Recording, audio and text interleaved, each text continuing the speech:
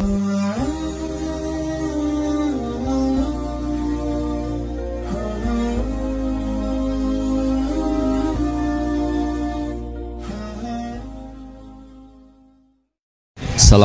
warahmatullahi wabarakatuh. Bismillahirrahmanirrahim. Tabarakalladzi nazzalal furqana ala 'abdihi liyakuna lil 'alamina nadhira. Allahumma shalli wa sallim ala sayyidina maulana Muhammad wa ala alihi wa sahbihi asma'in. Nama ba'du. Semua pengurus PBNU yang saya hormati, semua habaib, semua ulama yang saya hormati, wabil khusus Kiai Haji Abdul Manan, Ketua Lembaga Dakwah PBNU, yang meskipun mondoknya hanya 3 bulan ini sebetulnya problem, sehingga saya kesini ini sebetulnya tidak pernah merasa ibadah. Ini bukan dakwah, ini show dakwah. Jadi yang namanya dakwah itu ya orang-orang di kampung nggak bisa ngaji diajarin ngaji, seperti saya di Jogja, di Rembang. Kalau ini show dakwah, dan ini agak kesalahan karena mondoknya hanya 3 bulan. Jadi tidak bisa bedakan mana dakwah, mana show dakwah. Ini jelas show itu. Mungkin yang benar-benar dakwah yang sekarang sedang bikin masjid di pedalaman Kalimantan, pedalaman Sulawesi, atau saudara-saudara kita yang di Korea, saya kemarin di Korea, itu dakwah betul. Kalau ini agak-agak tontonan ya, tapi masih bagus lah melihat wajahnya Habib ulama, itu ibadah. Tapi begini ya, yang jelas saya berharap sekali, saya diundang sekali ini saja, jangan diulang. Karena mencintai ulama itu baik, tapi ngatur ulama itu dosa. Ini jadi ini harus dicatat. Jadi Imam Malik itu kalau diundang tuh marah, meskipun yang undang tuh seorang raja zaman itu, Harun ar-Rasyid. Beliau minta supaya Imam Malik baca Muwatta di istana untuk anak-anaknya, padahal seorang presiden mau ngajari anak-anaknya. Imam Malik marah, masyhur gitu, al ilmu yu'ta la ya'ti, ilmu disowani, orang kok ilmu yang sowan. Di mana-mana timba itu ke sumur apa sumur yang ketimba? Timba ke sumur. Ini agak kecelakaan. Pakai air pump. Air pump katanya. Sudah banyak air. Sehingga saya kata orang banyak itu di SK-kan PBNU, tapi itu tidak pernah saya pikir. Karena saya melakukan kebaikan itu sebelum dapat SK. Saya ngajar sebelum dapat SK, saya dakwah di mana-mana sebelum dapat apa? SK. SK saya langsung minallahi ta'ala, dari Allah Ta'ala. Jadi kalau PBNU niatnya ikrar bahwa orang yang sudah manfaat diangkat, itu saya terima. Tapi kalau merasa ngangkat saya, tak lawan di pengadilan ini. Karena saya sudah jadi kiai sebelum diangkat PBNU. Ya ini saksikan ya para muhibin saya. Jadi kalau SK itu ikrar, ngakui kalau Gus Bak manfaat, saya terima. Kan hanya ikrar saja, Pak. Tapi kalau merasa ngangkat dari bawah ke atas, itu tak lawan sampai apa? Pengadilan, sampai di akhirat. Tersangkanya ya yang sedang jabat sekarang itu. Tapi saya yakin enggak, Kiai Miftahul Ahyar itu orang alim, karena alumni Sidogiri dan menantunya Syekh Duki. Di antara gurunya itu pernah mbah mertua saya, karena istri saya orang Sidogiri. Beliau juga besanan sama keluarga Lasem, saya ini Durriyah Lasem. Pak Said Akil juga orang alim, mbah-mbahnya juga orang alim. Baru kemarin nyocokkan nasab sama saya. Buyut-buyutnya beliau itu adik buyut saya, pernah cocokkan sama saya. Gus, saya sama saya tua mana? Tua saya, buyut kamu adik buyut saya, kata saya gitu. Tapi saya tetap hormat sama beliau karena ya pernah sepuh umurnya setidaknya. Jadi saya ulang lagi, ngaji seperti ini itu sebetulnya lebih ke show, pertunjukan. Supaya pertunjukan ini tidak dosa, saya isi ngaji betulan. Tapi jangan diulang. Karena biasa ngaji rutin. Saya di Jogja tafsir Jalalain sudah juz 23. Pernah khatam hikam. Sekarang Nashihul Ibad separuh. Saya ngaji di Sidogiri Itkon, di Sarang Balaghatul Quran, di Hajen Lubul Usul, tapi sarahnya yang Thariqatul Usul, sarahnya Mbah Sahal Mahfud. Jadi baru di sini ngaji bersaing sama orang yang mondok berapa? 3 bulan. Ini masalah. Masalah. Nggak boleh mondok itu harus buat tulis zaman. Tapi ya tidak apa-apa, mungkin laduni ya. Jadi kalau mondok cepet itu kemungkinannya apa? Laduni. Begini, tapi saya tertarik apa yang dikatakan Kiai Haji Abdul Manan tadi menyangkut kalimat tauhid. Saya ngaji di mana-mana bilang, kalau ngaji itu yang tahqiq itu detail. Detail itu bahasa Arabnya tahqiq. Jadi kita misalnya berpikir secara jernih, orang yang kafir 70 tahun itu pasti menjadi muslim karena melafadzkan la ilaha illallah. Dan itu bi ijma'il ulama. Semua ulama mengatakan demikian. Saya ulang lagi, itu bi ijma'il ulama. Karena mansus di Quran ada ayat kulil ladzina kafaru iyantahu yughfar lahum ma qad salaf. Kalau orang yang kafir 70 tahun bisa dihilangkan kekafirannya hanya dengan kalimat la ilaha illallah Muhammadur Rasulullah. Berarti kalimat ini statusnya apa? Penghilang kekafiran, apa? Penghilang kekafiran. Lalu ada kelompok yang mengatakan gara-gara kalimat la ilaha illallah dan pegang patok nisan itu orang menjadi kafir. Ini kan jadi paradok. Lafadz yang kita statuskan sebagai penghilang kekafiran dengan lafadz yang sama orang menjadi kafir. Itu nggak ketemu nalar. Mbok nalar paling apapun tetap nggak ketemu. Kecuali tadi ya dalilnya pokoknya ngotot tadi. Itu memang kacau itu. Tapi alhamdulillah mereka insya Allah ya sadar. Kamu jangan bayangkan mereka tidak sadar terus, berarti kamu doanya jelek. Bisa saja mereka sudah ingin sadar, berhubung digojlok ini terus nggak jadi sadar.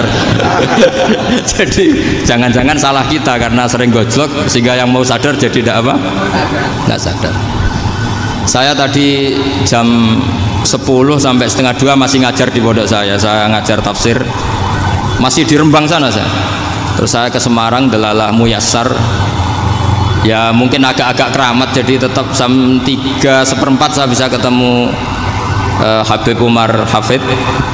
Saya beberapa menit ya diskusi tentang manhaj beliau.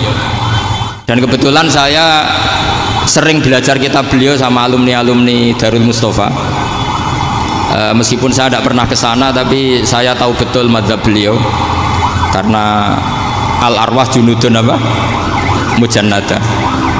Begini, saya sering dingendikani Mbah Mun, politik tidak jelas itu bagian dari kejelasan. Ini yang perlu dicatat. Jadi politik tidak jelas itu bagian dari apa? Kejelasan. Misalnya begini, siapa yang mengira Khalid bin Walid yang sangat musuhi Rasulullah, dia panglima orang kafir ketika ngalahkan Rasulullah di perang Uhud, akhirnya Khalid bin Walid masuk apa? Islam. Begitu juga Wahsy, qatilu ahabbin nasi ila Rasulillah, pembunuh Sayyid Hamzah, akhirnya juga masuk Islam. Begitu juga Abu Sufyan, dia pemimpin besar kafir Mekah ketika perang Badar, ketika perang Khandaq, akhirnya juga Islam dan menjadi mertua Rasulullah Shallallahu Alaihi Wasallam. Dari fakta ini kemudian banyak ulama alim yang ngambil sikap itu ya coro Jawa itu anggang-anggang. Anggang-anggang itu nggak tegas, tapi nggak tegas dari rumusan ilmu yang detail. Saya ulang lagi, nggak tegas tapi dari rumusan ilmu yang apa? Detail. Bisa saja orang yang sekarang kafir suatu saat mukmin atau muslim. Bisa saja yang sekarang sedang fasik suatu saat soleh. Bisa saja yang mondok 3 bulan rois PB NU. Sementara yang mondok lama kadang Kiai RT. Tapi itu hanya hukum duniawi. Saya yakin yang Kiai RT ini PBNU di akhirat. Karena mondoknya lebih apa? Lama. Itu tak jamin. Saya juga berencana memimpin NU di akhirat saja, bukan di dunia. Makanya saya mohon SK itu berakhir muktamar mendatang. Karena saya sudah kiai sebelum diangkat. Makanya saya ulang-ulang, kalau pengangkatan itu niatnya ikrar, saya terima. Tapi kalau niatnya ngangkat, tak gugat di pengadilan. Ini tidak guyon, ini betulan itu. Ya tapi ini hanya guyon saja. Nah ini penting saya utarakan teori ngaji ya. Ini saya bacakan naskah asli Sayyid Umar Hafid supaya Anda dapat barokah beliau. Karena beliau selain alim allamah, muridnya Habib Salim, juga beliau pernah ngaji kutub Sayyid Abdul Qadir Segaf di Jeddah. Juga beliau sering istifadah di beberapa kiai. Ini saya baca teks Arabnya, kemudian saya terjemah. Bagi yang tidak setuju pemaknanya bisa gugat, karena saya baca Arabnya. Yang nggak setuju pemaknanya bisa gugat. Tapi tak jamin kalah, karena saya paham betul teksnya maknanya seperti itu. Logikanya tadi ya, ketika Rasulullah ngambil sikap tegas kepada Qatilu Hamzah yaitu Wahsy, dan ketika Rasulullah ngambil sikap tegas pada orang-orang yang mengalahkan beliau di perang Uhud, kaifa yuflihu qaumun fa'alu bi anbiya'ihim hakadha, bagaimana mereka jadi orang benar atau orang yang dapat kebahagiaan kalau mereka perlakuannya seperti Nabi seperti ini, yaitu Nabi sujja wajhu masyhur wa kusirat ruba, yaitu Nabi itu wajahnya terluka, gigi serinya tanggal.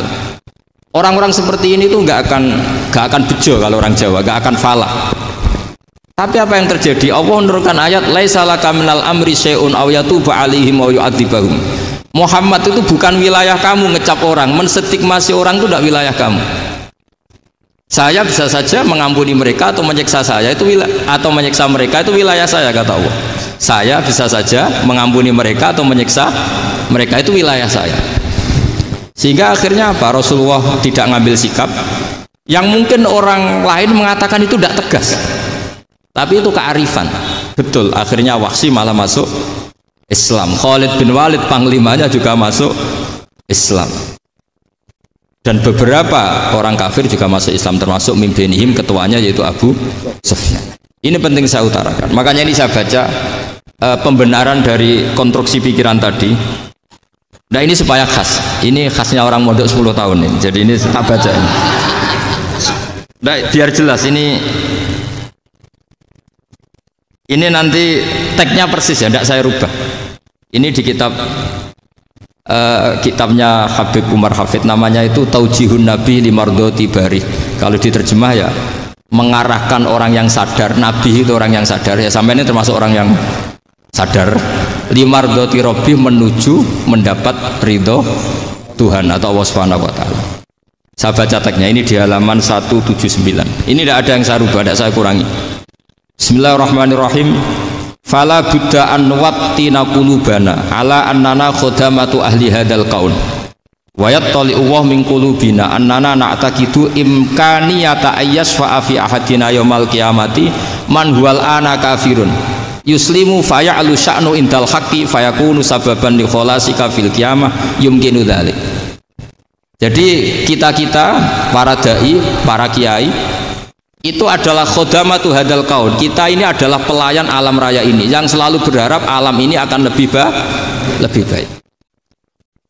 Orang yang sekarang sedang kafir bisa saja nanti yang nyafaati kamu di akhirat, yaitu mereka masuk Islam lalu Islamnya lebih serius, akhirnya punya hak syafaat.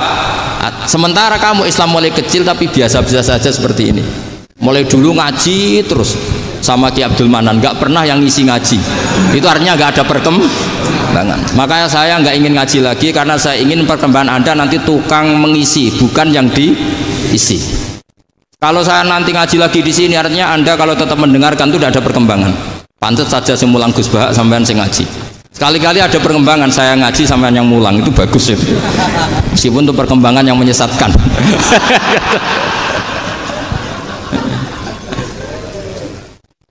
Ini penting saya utarakan. Ini dawuhnya Said Umar ya.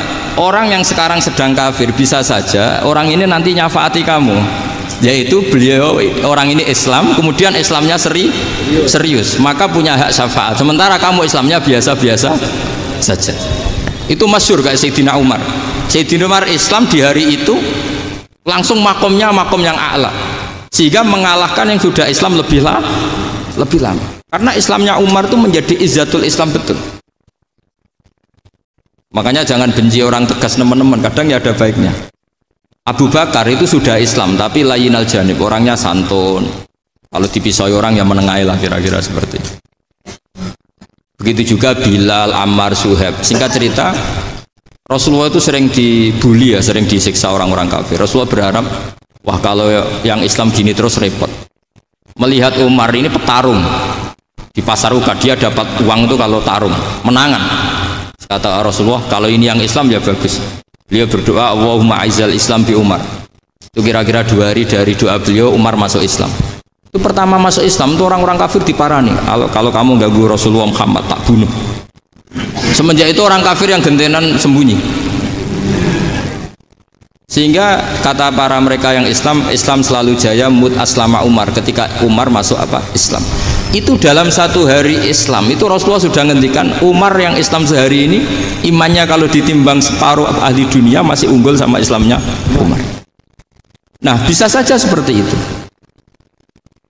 Jadi saya minta sama teman-teman yang mencintai ilmu, tidak tegas itu bagian dari ketegasan dalam ilmiah, karena kita ini tidak mengendalikan dunia, tidak mengendalikan hidayat, hanya Allah piyambak yang ngasih hidayat. Maka sikap kita laisa laka minal amri syai'un aw yatuba alaihim aw yu'adzibahum. Rasulullah yang ahabbul khalqi ilallah saja tidak boleh tegas karena semuanya potensi itu ada.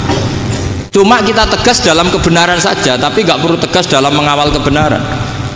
Kenapa demikian? Karena Islam ini agama yang akan dijaga Allah ila yaumil. Yang jaga Islam bukan PBNU, bukan PP Muhammadiyah, bukan kiai. Yang menjaga Islam namun Allah Subhanahu wa taala. Makanya Sayyidina Umar itu kalau disuruh mikir Islam itu nggak mau betul. Masyhur itu dalam tarikh. Umar mimpin itu sukses, banyak futuhat. Singkat cerita akhirnya orang tuh kelangenan, wah kalau Umar meninggal kayak apa ya? Sehingga Abdullah bin Umar setiap jalan-jalan tuh dibully. Kalau sekarang dibully, ya Abdullah bin Umar, bapak kamu itu gimana? Sudah sepuh mau meninggal kok tidak suksesi. Kalau saja ada orang penggembala kemudian meninggalkan kambingnya di hutan, kamu anggap orang yang mudoyi enggak, menyanyiakan kambing itu enggak? Ya iya, kata Abdullah bin Umar. Apalagi amru hadil umat ini mau ditinggal gelanggang, nanti suatu saat Umar meninggal. Boyo suksesi supaya jelas. Logika itu diaturkan ke Umar radhiyallahu anhu, ke Sayyidina Umar. Pertama Umar agak tertarik dengan logika itu. Lama-lama beliau marah. Tidak jadi. Saya tetap tidak akan istikhlaf, tidak akan suksesi. Dan saya tidak akan mikir Islam, katanya. Islam akan diurus oleh Allah Subhanahu. Terus beliau ngendikan, Islam ini jalan ketika ditinggal Abu Bakar. Bahkan ketika ditinggal ahabbul khalqi ilallah akramul khalqi indallah, yaitu Rasulullah Muhammad sallallahu alaihi wasallam. Coba Islam dulu dipimpin Abdul Qadir ketua wali, dipimpin Wali Songo, dipimpin orang top-top. Sekarang dipimpin mondok 3 bulan jalan. Karena Islam yang ngatur Allah Subhanahu wa taala. Jadi ini penting. Loh coba ustadz tuh banyak yang nggak bisa ngaji loh. Tapi ya laku ya nggak masalah. Loh saya kemarin di Korea seminggu. Itu TKI jadi khotib, ada yang jadi mufti, ada yang jadi suriah. Itu ada yang di sana jadi suriah, pulang ke kampung angon kambing lagi. Loh itu teman saya kenal.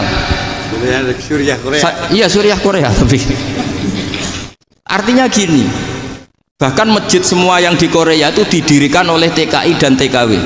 Mereka digerakkan Allah untuk mikir agama, karena agama ini milik Allah. TKI saja mikir. Makanya ini penting, yo dakwah tapi tauhidnya sing kenceng, jangan dakwah kenceng tauhidnya kendor. Itu bahaya betul. Saya ulang lagi ya, ini dawuh Habib Umar. Jadi kata beliau, fala budda an wattina qulubana. Kita harus yakin seyakin-yakinnya bahwa semua kemungkinan itu mungkin. Makanya masyhur dalam tarikh ketika kafir Quraisy mau disiksa oleh para malaikat karena mereka sering menyakiti Nabi, kata Nabi gimana? Jangan. Saya berharap kalau bapaknya tidak mukmin, suatu saat anaknya mukmin. Masyhur dalam tarikh. Musuh Nabi besar siapa? Walid bin Mughirah. Punya anak Khalid bin Walid. Abu Lahab punya anak Darrah, itu mukminah yang baik. Abu Jahal punya anak Ikrimah, itu mukmin yang baik. Di Indonesia lebih hebat lagi. Bapaknya raiso maca Quran, anaknya hafid. Bapaknya utun ratamat SD, anaknya jadi dekan. Di Indonesia banyak orang nggak siapa-siapa, anaknya jadi presiden, anaknya jadi menteri. Artinya jangan karena bapaknya kafir kamu nganggap anak turunnya pasti selalu kafir. Teori itu sudah salah zaman Rasulullah. Yaitu Walid akhirnya punya anak Khalid, Abu Lahab punya anak Darrah. Terus siapa? Abu Jahal punya anak siapa? Ini penting saya utarakan karena dakwah kalau terlalu semangat nanti kalau menghilangkan tauhid bahaya. Tetap innal huda. Uni Soviet kayak apa? Mengkooptasi negara-negara sekelilingnya sampai jadi Zuni. Tapi apa yang terjadi? Uni Soviet yang runtuh, persemakmurannya semua rata-rata jadi negara apa? Islam, kayak Uzbek, kayak Ceknya, kayak apa-apa. Karena agama ini diurus Allah. Sehingga kalau tapi kamu ngitmai agama nggak apa-apa. Makanya istilahnya Habib Umar, khodamah itu pelayan, nggak apa-apa. Kita ngitmai agama itu nggak apa-apa. Dengan ngitmai terus mikir nggak apa-apa. Tapi jangan mikir yang merasa kalau kita mati, wah nanti agama ini kukut karena saya mati. Kamu itu siapa? Agama Islam ini tidak pernah dipasrahkan kamu. Diurus oleh Allah Subhanahu wa Ta'ala sendiri. Sehingga ketika Wali Songo meninggal, agama ini tambah kuat sampai sekarang. Kecil saya itu kalau pengajian susahnya bukan main, harus izin sana sini. Sekarang setiap pengajian polseknya datang, polresnya datang, nggak ada intel, nggak ada apa. Padahal kiai dulu sama kiai sekarang itu kira-kira alim mana? Raden kiai dulu. Mbah Hasyim Asy'ari itu ngarang kitab sampai dibaca di Yaman. Saya sering baca juga kitab beliau, Risalatu Ahli Sunnah wal Jamaah. Kiai sekarang mau terjemah aja kadang salah memahami. Tapi ya Islam tetap jalan karena Islam ini dikawal, dijaga oleh Allah Subhanahu wa Ta'ala. Maka kalau dalam cerita tarikh sirahnya Ibnu Ishaq itu, tauhid itu penting. Beliau cerita begini, Sayyid Abdullah itu namanya Abdullah bin Abdul Muthalib. Kita tahu kenangannya Rasulullah terbanyak itu bukan dengan Sayyid Abdullah tapi dengan Sayyid Abdul Muthalib, dengan mbahnya. Karena Nabi itu mulai kecil dirawat oleh siapa? Mbahnya. Yaitu yang disebut Nabi ketika 2 bulan kan abahnya sudah meninggal. Ya saya baca ya, pakai bahasa Arab biar jadi bid'ah. Nanti kalau bahasa Indonesia ada bid'ah. Tidak betul. Diba atau berjanji sebenarnya itu kitab sejarah, berhubung dibaca bahasa Arab terus kayak mantra. Terus yang belakang mau nyenggai soleh aleh, sehingga kubu sebelah bilang tuh khurafat dan bid'ah. Coba diterjemah ini, coba nanti saya baca bahasa Arab. Walamma tamma min hamli syahroni ala masyuril aqwalil marwiyatu fiya bil madinati abuhu Abdullah wa kana qad istaza bi aqwalihi bani adi min at-taifatin najariyah wa makatha syahron saqiman yu'anu nasukmahu wasyaqwa. Terus di pojok sana bilang sholli alaihi. Pasti kubu sebelah yang liwat, wah itu khurafat bid'ah karena dianggap mantra. Padahal artinya coba sampean baca bahasa Indonesia. Ketika hamil Rasulullah umur 2 bulan, abahnya meninggal di kota Abwa. Kota Abwa adalah kota keluarga besar ibunya Sayyid Abdullah. Kebetulan pas ke sana beliau sakit sampai 1 bulan dirawat. Bid'ahnya di mana kalau diterjemah? Wong itu kitab tarikh. Makanya saya nggak tahu yang membidah-bidahkan tiba itu karena tadi. Tapi sampean juga ikut salah karena nyenggai sholawatan tok itu. Jadi makanya saya bilang tadi kalau bahasa Arab bid'ah, kalau sudah terjemah bid'ah karena kelihatan kalau itu hanya kitab tarikh. Loh, coba bid'ahnya di mana? Wa ba'du fa'aqulu wa Muhammad bin Abdullah bin Abdul Muthalib bin Hasyim. Itu kalau diterjemahkan, kamu harus tahu siapa nama Muhammad. Muhammad punya abah siapa? Rasulullah Muhammad Abdullah. Punya abah siapa? Abdul Mut. Punya abah siapa? Hasyim. Coba baca gitu di kubu sebelah. Oh iya gitu. Berhubung kok baca bahasa Arab, wa ba'du faqul wa Muhammad bin Abdullah bin Abdul Muthalib bin Hasyim. Jadi itu hanya salah baca saja. Maksudnya salah yang ngukumi, bukan salah yang baca, salah yang apa? Ngukumi. Sayyid Abdullah ini orang yang tauhidnya sangat kuat. Sayyid Abdul Muthalib lebih kuat lagi. Saya cerita sedikit betapa pentingnya tauhid.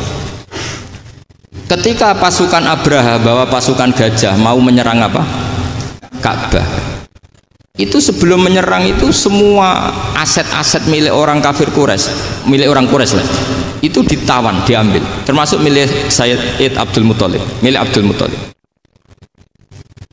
Terus ketika mau masuk Ka'bah, mau masuk Mekah, kata Abraha, man sayyidu hadal wadi, siapa yang kamu tuakan, yang kamu pertuan di sini? Oh, Abdul Muthalib. Abdul Muthalib itu dipanggil, itu auranya luar biasa. Abraha yang di tempat perkemahannya itu harus duduk di atas karena dia raja, itu duduk di atas gak berani, saking wibawanya Abdul Muthalib. Ini mbahnya Rasulullah. Akhirnya Abraha bilang gini, saya duduk di bawah tidak mungkin karena saya raja, kamu duduk jejer saya tidak mungkin karena nanti umat saya kecewa karena raja kok disaingin gitu. Ya sudah, santai berdiri-diri kita ngomong. Akhirnya Sayyid Abdul Muthalib tadi diomongin gini, saya itu tidak ingin merusak orang-orang Mekah, orang-orang Quraisy. Saya hanya kecewa punya tempat ibadah dikencingi, diberakin, sehingga saya mau merubuhkan Ka'bah. Tapi dengan damai, nggak ada perang. Apa jawabnya Abdul Muthalib? Lucu. Nggak apa-apa, Ka'bah kamu robohkan silakan, nggak apa-apa. Yang penting unta saya yang kamu sita kembalikan. Harta saya yang 100 unta kamu sita kamu kembalikan. Itu Abraha kagetnya bukan main. Kaget karena kamu itu pemimpin apa? Tadi saya hormat kamu karena kamu tak anggap orang hebat. Hadhil Ka'bah dinu abaika. Ini Ka'bah itu agama kamu. Pas saya hancurkan kok kamu tenang-tenang saja. Padahal pas mau saya hancurkan kamu tenang-tenang saja. Malah tanya unta kamu itu gimana? Apa jawabnya Abdul Muthalib? Inna lihadal baiti robban hamahu. Sebab Ka'bah itu ada yang punya dan pasti akan melindungi Ka'bah. Tapi kalau unta itu milik saya, ini urusan saya, ini unta. Jadi inna lihadal baiti robban hamahu itu tidak milik saya, itu ada yang punya. Ya sudah, biar yang punya aja yang jaga, itu tidak urusan saya. Akhirnya unta dikembalikan, aman deh, Untung double. terus akhirnya dia ke Ka'bah. Fa'akhudha bi halaqatil bab, karena dulu apa itu halaqatil bab, karena dulu itu yang dipakai apa itu pegangan itu bentuknya apa, bulat, makanya diistilahkan halaqah apa, bulat. Kalau sekarang halaqah ilmiah itu seminar. Itu benar. Halakot itu buruhi lain lagi. Iya. Pegang terus bilang gini, kata Abdul Muthalib, ya Allah, Ka'bah ini mau dihancurkan oleh Abraha. Ka'bah ini milik kamu. Saya mau ke gunung, mau melihat apa yang kau lakukan terhadap orang yang mau merusak Ka'bah. Terus Abdul Muthalib bilang ke umatnya, wa ya qaumi, ayo kita ke gunung melihat ma fa'ala rabbuna, apa yang akan dilakukan Tuhan kita terhadap orang yang mau menghancurkan Ka'bah. Jadi santai saja, santai. Terus Abdul Muthalib naik gunung sama orang-orang Quraisy. Abraha datang mau merusak Ka'bah, terus terjadi alam taro kaifa fa'ala rabbuka bi ashabil fil. Itu melihat, dan betul Ka'bah dijaga Allah. Islam juga gitu. Ketika Islam dikooptasi Uni Soviet, semua ulama, semua wali perasaannya hanya nunggu kehancuran Uni Soviet, karena pasti agama ini dijaga Allah. Saya setiap sholat, setiap munajat, kata ketika baca Rabbana lakal hamdu bil samawati wa mil'ul ardi. Dulu saya iskal itu janggal. Ya Allah, engkau zat yang layak dipuji, yang pujian itu memenuhi langit dan bumi. Pikiran saya kalau bumi ateis itu mujinya kayak apa? Tapi masya Allah, ketika saya datang di Korea, bumi ateis, ternyata di sana banyak masjid, banyak tasbih, bahkan ada sakduna di sana. Karena Allah sudah ngendikan lakal hamdu mil'us samawati wa mil'ul ardi. Dan sekarang nyata, semua bumi ateis, bumi apa saja, ada tasbihnya, ada tahmidnya. Makanya sadaqallahul azim ketika ngendikan sanurihim ayatina fil afaq walladzi arsala rasulahu bil huda dinil haqqi liyuzhirahu 'alad dini kulli. Makanya saya mohon sekali bahwa agama ini harus kamu khidmah, tapi nggak boleh kamu pikir, atau dibaliklah, khidmah maka memikir. Tapi tidak usah GR bahwa agama ini diserahkan sampean. Saya juga gak ridho. Agama kok diurus orang-orang kayak gini, kayak apa nasibnya? Jadi ini penting, karena rata-rata kiai alim itu tidak jelas. Terus oleh orang-orang yang nggak pernah ngaji itu, wah ini nggak jelas, nggak tegas. Islam itu harus tegas. Maksudnya tegas itu kayak apa? Tegas itu di wilayah kita. Kalau istri kamu mau diperkosa orang itu boleh tegas, itu wilayah kamu. Tapi kalau hidayat itu wilayahnya Allah Subhanahu wa Ta'ala, kita tidak pernah tahu. Bahkan yang sudah Islam saja, nyuwun sewu, itu nggak ada jaminan mati husnul khotimah. Kita tahu dalam sejarah Sa'labah itu dapat gelar hamamatul masjid, merpatinya masjid. Tapi kita tahu akhirnya Sa'labah itu apa? Su'ul khotimah. Sampai dalam Islam selalu diajarkan ya muqallibal qulub tsabbit qalbi ala din. Jadi kalau kita sendiri saja masih ingin selalu husnul khotimah, agak ada ruang untuk mudah menvonis orang lain. Makanya saya salut sekali ketika Habib Umar menulis kita semua ini mengkhidmati hadal kaun, dan selalu berharap bisa saja suatu saat orang yang sedang kafir bisa saja suatu saat muslim. Nah soal kalau yang sama yang harbi menyerang kita ya tarung. Kalau Artinya kalau yang merangi kita ya kita wajib perang, kalau enggak ya habis kita. Seperti kita lakukan ketika diserang Belanda. Tapi ketika mereka musta'man, dhimmi, mu'ahad, orang-orang kafir yang mau berdamai dengan kita ya kita damai. Sebagaimana yang dilakukan Rasulullah SAW ketika berdamai dengan kafir Quraisy yang dipimpin Suhail bin Amr. Masyhur itu dalam tarikh. Singkat cerita kan Sayyidina Ali ini pernah konflik sama orang Khawarij. Kata Sayyidina Ali, ya sudah lah, namanya kita musuhan, kita tidak usah ketemu, pakai mediator, kata Sayyidina Ali.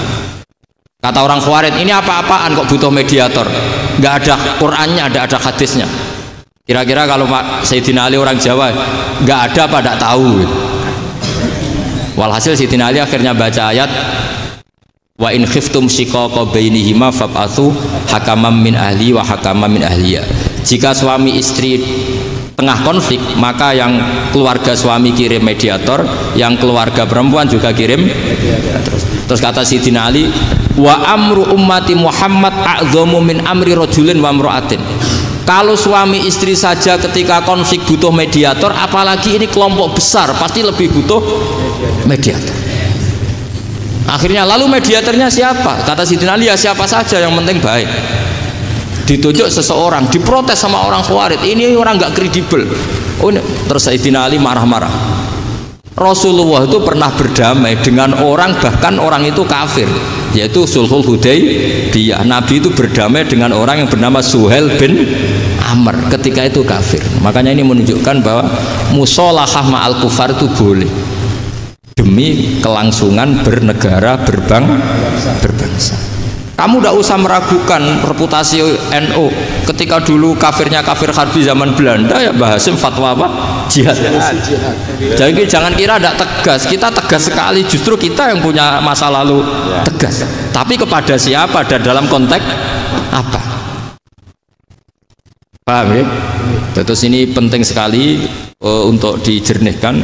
Ini saya baca berikutnya nanti, tidak supaya tahqiq. Saya syukur sekali, saya tadi sekaligus minta ijazah sama Habib Umar, dan memang saya ngaji ini lama sama teman-teman alumni Yaman, cuma belum pernah ketemu mu'alifnya. Tadi saya ketemu minta ijazah itu dan beliau senang sekali, bahkan sempat bikin tulisan di kitab saya ini. Sama tidak perlu baca, karena kalau bisa ya biasa, kalau tidak bisa malu ya sudah, tidak usah tidak usah baca sudah. Terus ini kata beliau, ini masih saya teruskan. Nahnu min hadhil intilaqah naktasibu thabatana wa quwwata yaqinina wa illa fa fil ardi mu'aridun wa muntaqidun wa mukhalifun min akhyarin wa asyrarin sholihin wa fasikin muslimin wa kuffar. Kalau kamu punya satu metode ilmiah, metode dakwah, kamu harus siap, karena pasti ada yang menentang. Yang menentang itu ya mulai orang soleh, tidak soleh, orang macam-macam. Jadi kalau sudah punya manhaj, memang dari awal harus siap apa? Ditentang. Jadi misalnya PBNU punya kebijakan apa, ya sudah siap saja dibully. Itu pasti itu, karena nggak ada manusia semua suka, semua benci. Kata beliau, anta in kunta fi syakkin min hadzal maslak wal manhaj fattabi man syi'ta wasaha angka ghaniyah wa in kunta ala yaqinin annahu al-huda wa mirasun nubuwah wa annahu haqiqatu tarjamatil ahdi ma'rab fala tata'athar min kalami ahadin yakunu mangkana.